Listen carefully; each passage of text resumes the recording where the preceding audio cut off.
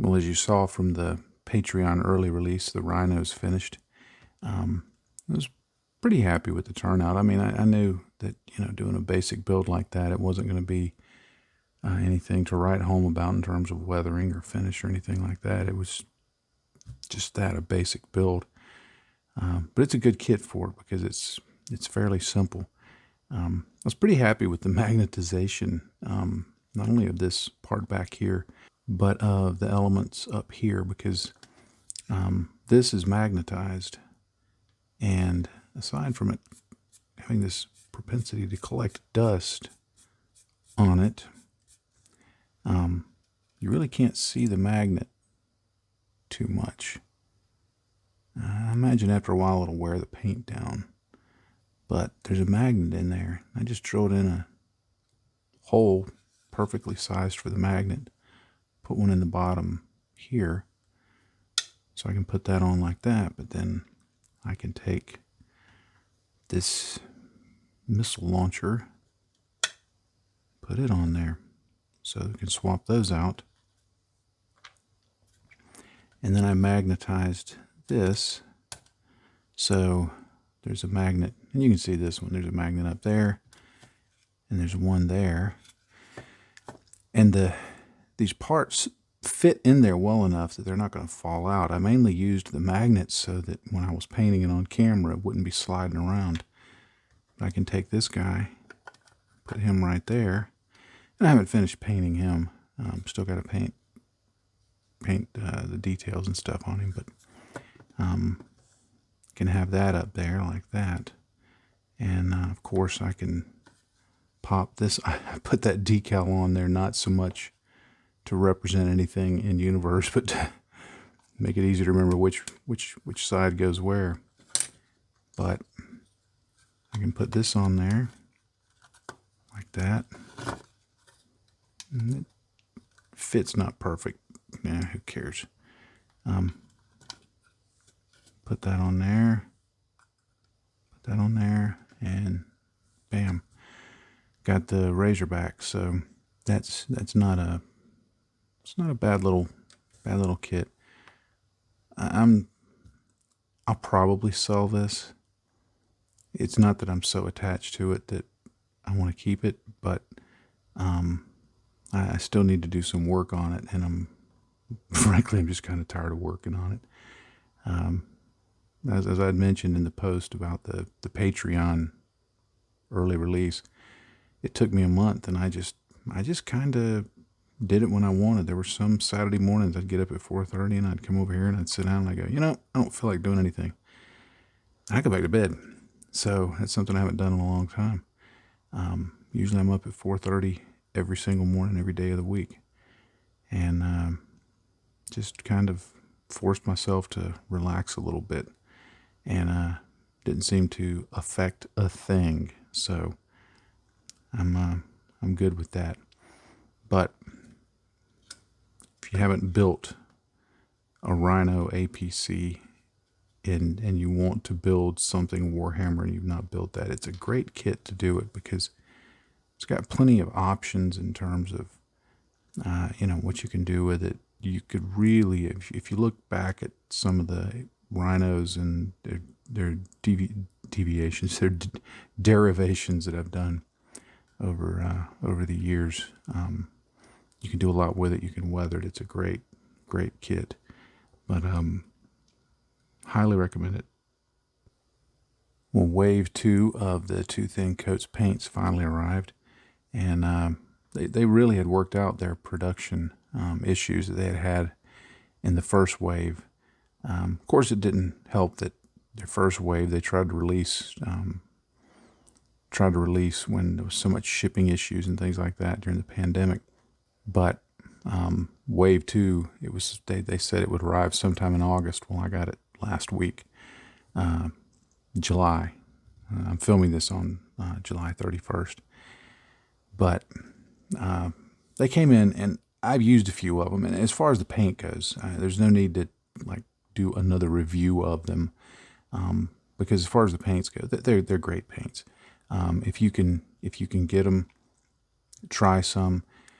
As with just about every paint.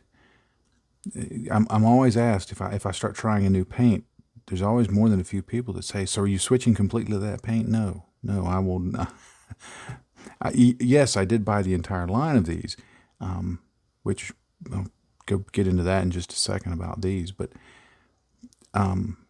you know, I'm already using Citadel and Vallejo. It's hard to beat those. There's a reason that those are such widely used paints. They're really good. I know there are some people who hate Citadel because it's Citadel and it's Games Workshop, and yeah, that their colors aren't. Sometimes the names are hard to figure out if you're trying to equate it to something else. A lot of people don't like the paint pots. I actually like the paint pots. And when I heard that video that I linked to a while back, where the guys on the painting phase interviewed, I don't remember the fellow's name, but he was somebody who had been a longtime employee of Games Workshop and worked on the product development teams. When he talked about why they use the paint pots, why they're white doesn't cover well, when you realize their thinking behind that, it makes perfect sense. In a business sense, I'm like, well, that makes perfect sense. The decisions they made about all of those things. And it's not the kind of decisions that, you hear a decision and you realize, okay, somebody pointed that out and they had to come up with a reason. I really think that the whole reactivation thing with the Army Painter, it was not intended. It was not a feature. I think it was just something that they just hoped would not be a big deal. And when it turned into a big deal, then they wanted to start selling it as a feature.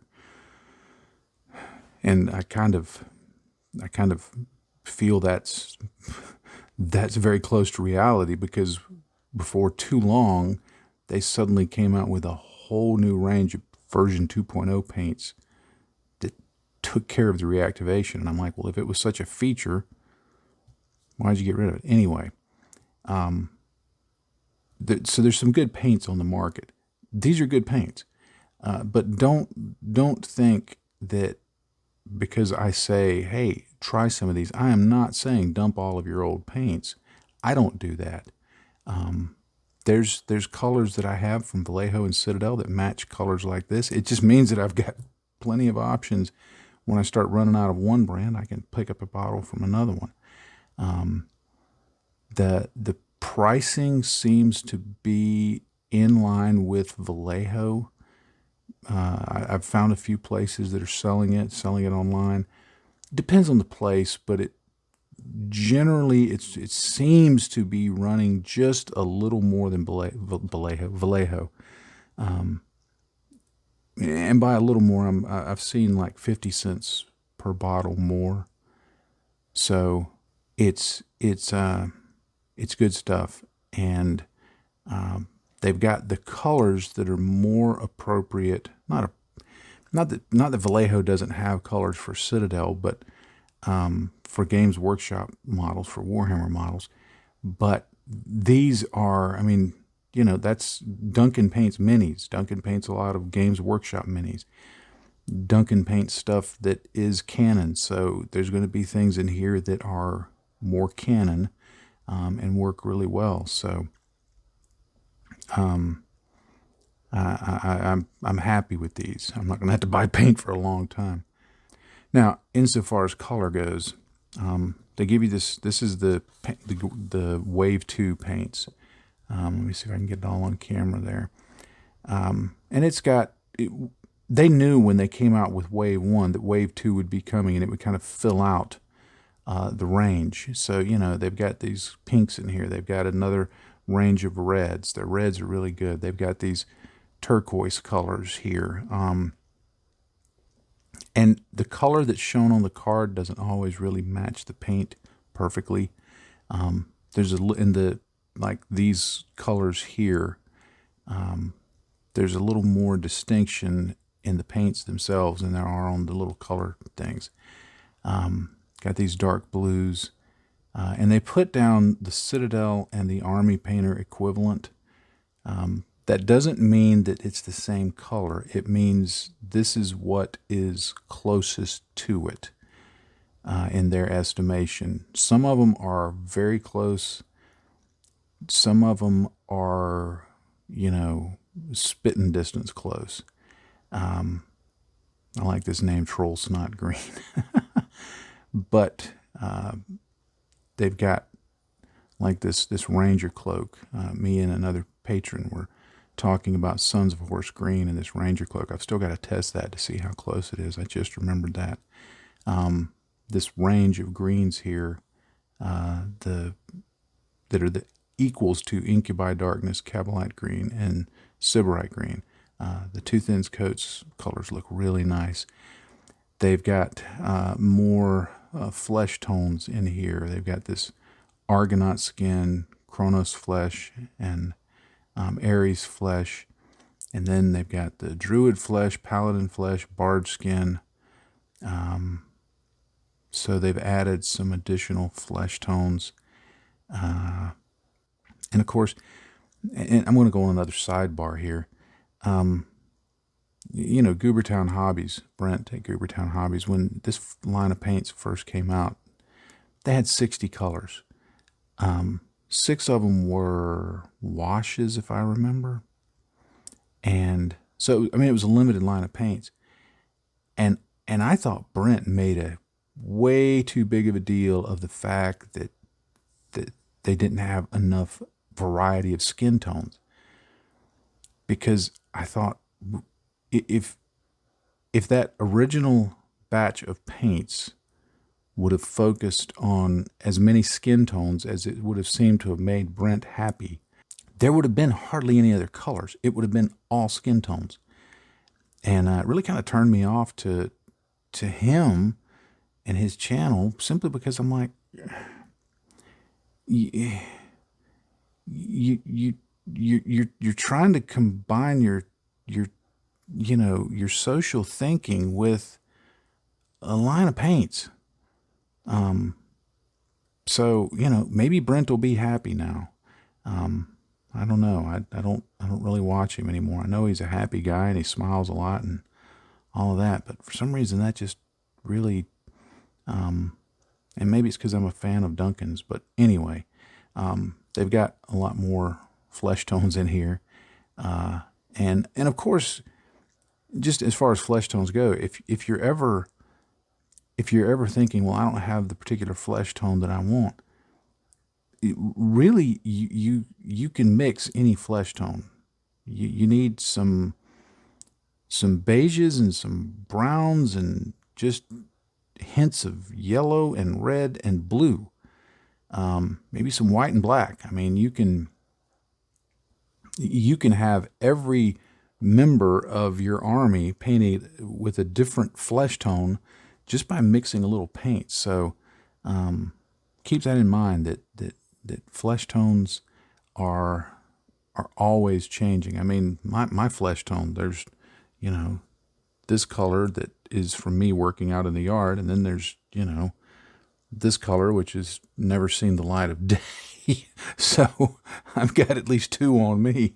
So anyway, they've got these paints in here that they call brights. They've got a red, yellow, blue, then an orange, green, and a purple. What the brights are is a super high pigmented, super bright paint.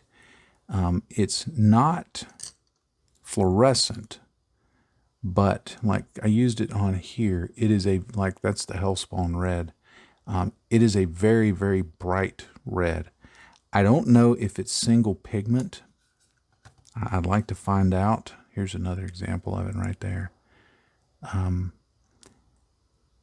I haven't found what I like using them for yet. I've got to play with them a little more.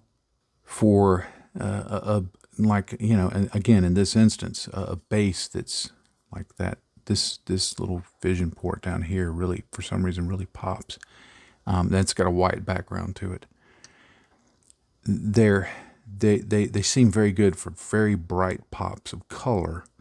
I I don't know if they're intended to be used as standalone paints, as additions to paints, all of the above. I haven't read up on that. I haven't asked that question. But they're very bright, very pigmented, but they're not fluorescent. So it'll be interesting to see where those shake out. They've got some nice metallics. I liked their metallics in their first range. They've added some nice ones in here. They've added another metallic color, silver color, Dwarven Iron, which is darker than the Cerakote Silver. So that's a nice addition. This Battle Axe Brass, it's nice to have a brass color. They've got this steampunked copper. They had some nice coppers in the other one, so that one's really a good addition. A very red brown look. They've got this Overlord Brass, and then Top Brass. So you've got really some good brass colors, and then this Platinum Crown, which is kind of like Canoptic Alloy. This is a really good color for whether it's this Platinum Crown or the Canoptic Alloy. This is a really good color for highlighting golds, but it's also really good for just providing some tonal variation if you're painting something silver, because it kind of hovers the line between silver and gold. If you put it near gold stuff, it leans more towards gold. If you put it near silver stuff, it leans more towards maybe titanium. So it's kind of cool. They've got glazes in here. Citadel, apparently, before I was using their paints, had glazes. Well, they brought back primary and secondary color glazes. And these are not contrast paint type things, but are supposed to be used truly as glazes. The idea being that, let's say you're painting something red, and you've gone through the process of having shadows and midtones and highlights, and you've taken the highlights all the way up to stuff that's more in the orangish kind of range, or maybe even up to yellow. If you put, say, this red glaze over it, it shifts everything more red. It keeps the value, the light value, but it shifts everything more towards red. And same with, the orange, the green, and the purple. So I haven't used those yet, but I'm looking forward to trying those out. I've got some ideas on some places I could try those out. So that should be a nice addition to the line. And then they got some washes. Been thinking about this one a lot. This purple glaze is all in my brain. Sorry, it's early in the morning. They got a red wash, a blue wash, and a purple wash. Those are similar to Citadel shades. They had 6 shades washes in the previous line, and so this just kind of adds to it. I still like the 2 thin coats washes, but there's a far greater range of colors in Citadel, so these are good to use as washes, but in terms of color availability, I think Citadel's definitely one to look at. Now, I know you can't really read it. I guess you could if you put it on pause and maybe zoomed in, but this is the paint, the color chart from both Wave 1 and Wave 2. And they did something that's really cool. They provided, if you bought the Wave 2 paints, they provided another copy of the Wave 1. I guess that's good advertising if somebody hadn't already bought it. But then they provided another chart that just combines both into one chart, which is kind of cool. Because a lot of times when I'm using these, I'll just decide, hey, I'm going to use 2 thin coats on this model, and I just try to stick with that. And so because my thinking is in terms of Citadel paints, and mentally I kind of know the Citadel equivalents in Vallejo, sometimes if I'm not sure, I'll look and see, well, what is their Citadel equivalent, and then I'll know which one to use in from 2 thin coats. I wish all of these paint manufacturers would, just tell you the hex code. If you've ever done any kind of web work, you'll know what a hex code is. It's just a way of designating colors. using numbers and letters. And but it's definitive. You know, if I tell somebody that, hey, right there, that color is CE, CE, CE, they know that they can plug it in, bam, you know exactly what you're talking about. I wish they would put their hex codes so that be kind of, I can think in terms of hex codes. Anyway, they've got a good range now. Still not as many paints as, say, Citadel has, not even close to Vallejo. Vallejo, I've anecdotally been told, and anecdotally there's a word for you, that they have over 700 colors. It wouldn't surprise me if it was more, but at the same time, they've got a lot of duplicates. What is one color in Vallejo model color, the same color but with slightly different properties, may be in Vallejo game color. So still, you look at Vallejo's catalog, massive number of paints. So this isn't near the number of paints, but I can just about say, if you're painting minis, if you're painting wargaming stuff, whether it's Games Workshop stuff or Atomic Mass games or any of the others, any of the World War II games, historic minis, sci-fi games, whatever. If all you had was this, you could paint all day. I don't think you would necessarily need another color. Now, if you're an aircraft modeler, an armor modeler, then yeah, you're probably going to have to go find that specific color of, Russian 4BO, so that when you're painting that tank, it looks exactly like it's supposed to until you weather it, and then the color changes. But we don't ever talk about that. Not at least if IPMS is involved. But this is a good color range, good range of washes. It's we're blessed as model builders, as painters. We're blessed with far more paints than we would ever really use. I can say that. The other day I was looking for a bottle of paint, and I was like, oh yeah, I found it, and it was Citadel, and I started opening it up, and I realized I'd never opened it, and I've had it for I don't know how long, and it's just been sitting there waiting. Now it's good to have it, but I've got more paint than I can use. I've got most of the Citadel line. I've got probably total Vallejo probably 130 paints of Vallejo, and then I've got this whole line here, which honestly, this is more of a vanity buy, maybe, kind of, sort of. Truly, I bought it because I just like Duncan, and I wanted to support Duncan, and I just wanted to see his project succeed. And then when I saw how wildly it was successful, I'm like, well, he didn't need me, but well, I got the paints now. So we've got plenty of paints, but check them out. I think if you like Citadel and you like Vallejo, you're going to find that you like these. All the caveats apply. You've really got to shake them up good. You want to. They have a dropper ball in them. You're going to want to really give it a good shake. I've got a little vortex thing here off camera, right off camera, that I use. Is it got another? Yeah, see that little thing right there? I use the heck out of that. Every time I do dropper bottle paints, I put it on that thing. I just hold it on there for sometimes 45 seconds to a minute, and then I shake it up.